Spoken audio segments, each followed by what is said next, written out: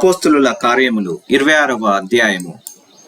Agrippa పౌలును చూచి, నీ పక్షమున చెప్పుకొనుటకు నీకు సెలవైనదనెను.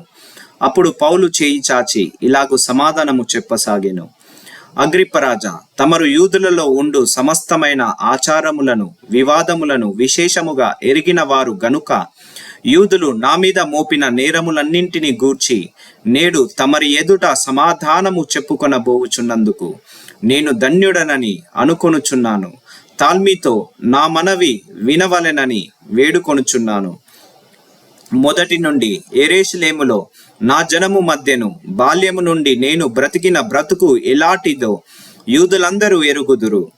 వారు మొదటి నుండి నన్ను ఎరిగిన వారు గనుక సాక్ష్యమిచ్చుటకు వారికిష్టమైతే నేను మన మతములోని బహునిష్టగల తెగను అనుసరించి పరిసయ్యుడునుగా ప్రవర్తించినట్లు చెప్పగలరు.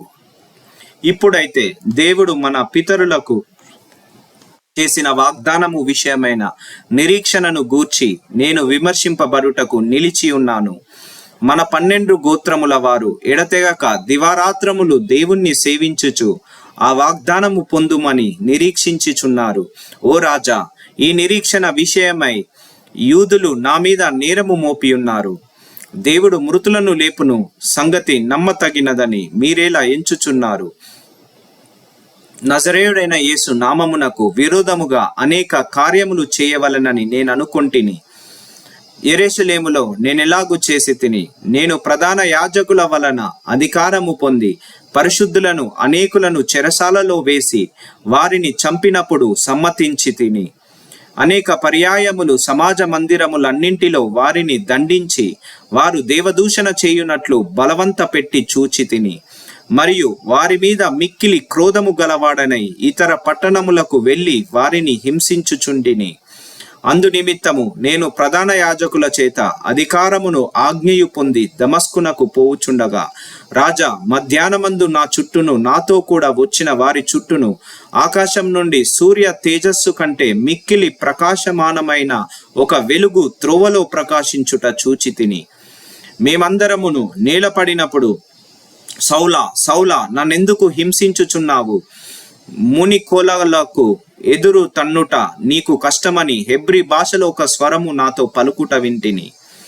అప్పుడు నేను, ప్రభువా, నీవెవడవని అడగగా, ప్రభువు, నేను నీవు హింసించుచున్న యేసుని, నీవు నన్ను చూచియున్న సంగతిని గూర్చియు నేను నీకు కనబడబోవు సంగతిని గూర్చియు నిన్ను పరిచారకునిగాను సాక్షినిగాను నియమించుటకై కనబడియున్నాను. నీవు లేచి నీ పాదములు మోపి నిలుపుము. నేను ఈ ప్రజలను అన్యజనుల వలనను హాని కలగకుండా నిన్ను కాపాడేదను. వారు చీకటిలో నుండి వెలుగులోనికి, సాతాను అధికారము నుండి దేవుని వైపునకు తిరిగి నా యందలి విశ్వాసము చేత పాప క్షమాపణను పరిశుద్ధపరచబడిన వారిలో స్వాస్థ్యమును పొందునట్లు వారి కన్నులు తెరుచూచుటకు నేను నిన్ను వారి యొద్దకు పంపెదనని చెప్పెను. కాబట్టి అగ్రిప్ప రాజా, ఆకాశము నుండి కలిగిన ఆ దర్శనమునకు నేను అవిధేయుడును కాక మొదట దమస్కులోని వారికిని, యెరూషలేములోను, యూదయ దేశమంతటను, తరువాత అన్యజనులకును వారు మారు మనస్సు పొంది దేవుని తట్టు తిరిగి మారు మనస్సునకు తగిన క్రియలు చేయవలనని ప్రకటించుచుంటిని. ఈ హేతువు చేత యూదులు దేవాలయములో నన్ను పట్టుకొని చంపుటకు ప్రయత్నము చేసిరి.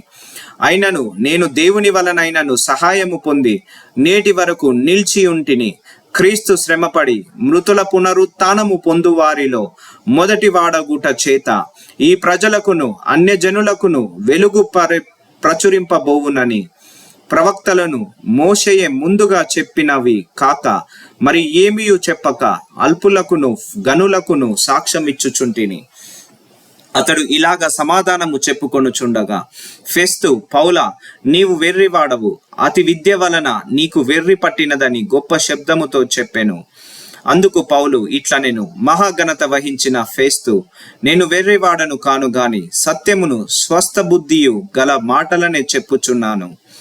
రాజు ఈ సంగతులెరుగును గనుక అతని ఎదుట నేను ధైర్యముగా మాటలాడుచున్నాను. వాటిలో ఒకటియు అతనికి మరుగై ఉండలేదని రూఢిగా నమ్ముచున్నాను. ఇది ఒక మూలను జరిగిన కార్యము కాదు. అగ్రిప్పరాజా, తమరు ప్రవక్తలను నమ్ముచున్నారని నేను ఎరుగుదును. అందుకు అగ్రిప్ప, ఇంత సులభముగా నన్ను క్రైస్తవుని చేయజూచుచున్నావే అని పౌలుతో చెప్పెను.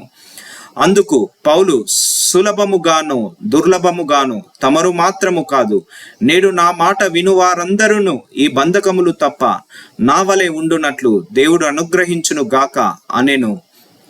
అంతటా రాజును అధిపతియు బెర్నికేయు వారితో కూడా కూర్చుండిన వారును లేచి అవతలకు పోయి, ఈ మనుష్యుడు మరణమునకైనను బంధకములకైనను తగినదేదియు చేయలేదని తమలో తాము మాటలాడుకొనిరి. అగ్రిప్ప, ఈ మనుష్యుడు కైజరు ఎదుట చెప్పుకొందునని అతని ఎడల ఇతనిని విడుదల చేయవచ్చునని ఫెస్తుతో చెప్పెను.